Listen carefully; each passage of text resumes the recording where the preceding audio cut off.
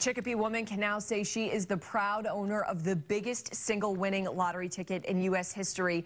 And after claiming that massive Powerball jackpot, she wants to avoid the limelight for a bit. Our John Keller has more. Good morning. Let's all salute Mavis Wanchik of Chicopee, winner of the $758 million Powerball jackpot yesterday, although her haul after taxes on the lump sum $480 million payout will be closer to $330 million. Still, something tells me she won't be going hungry.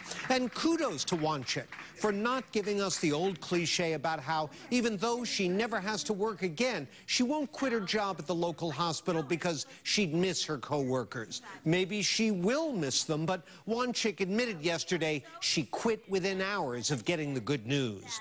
Wanchik admits to being a bit nervous about how this windfall might change her life. Yesterday, she said, quote, "I want to just be me and be alone and figure out what I want to do.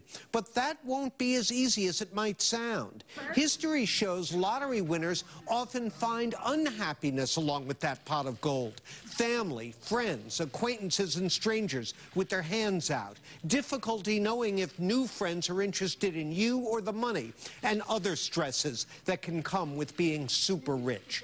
One study involving researchers from UMass found big dollar winners were slightly less happy than people who'd been badly injured in accidents.